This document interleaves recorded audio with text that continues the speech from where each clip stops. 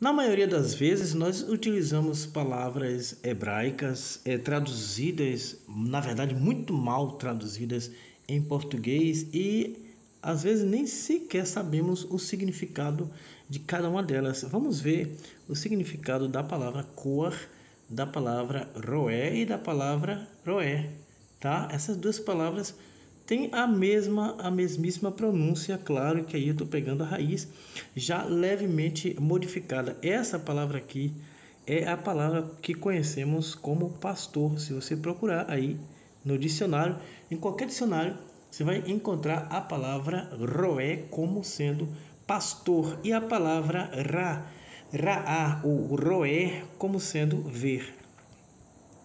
As duas palavras, na verdade, têm a mesma raiz. É que o hebraico trabalha mais ou menos assim.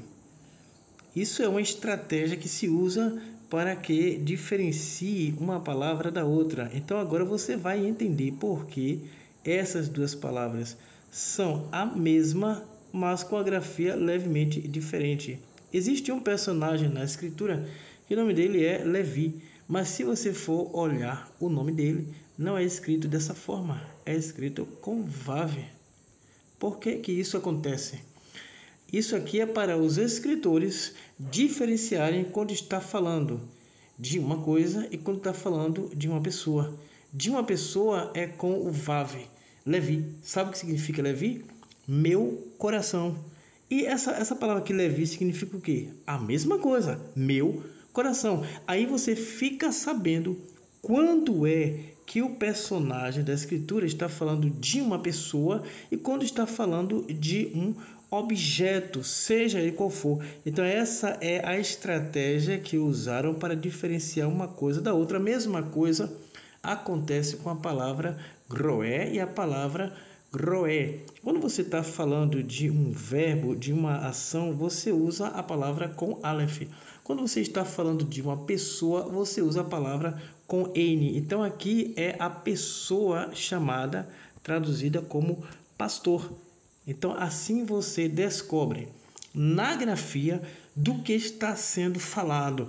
Mas tome muito cuidado porque isso aqui é na grafia. Então você precisa aprender a ler o idioma hebraico. Só que você vai me perguntar, então por que você colocou a palavra Coar aqui? Porque essa palavra foi traduzida como sacerdote.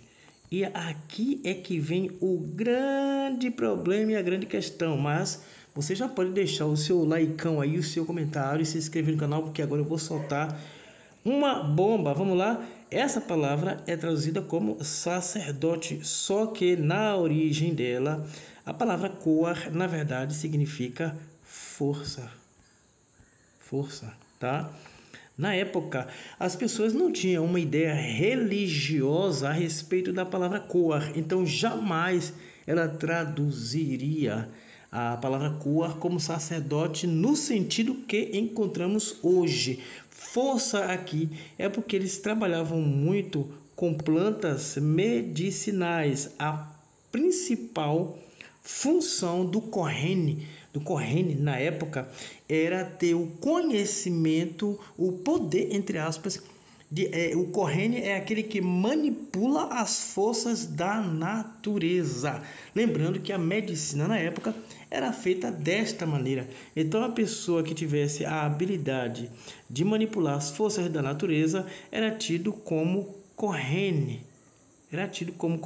Essa aqui é a palavra que foi traduzida como sacerdote.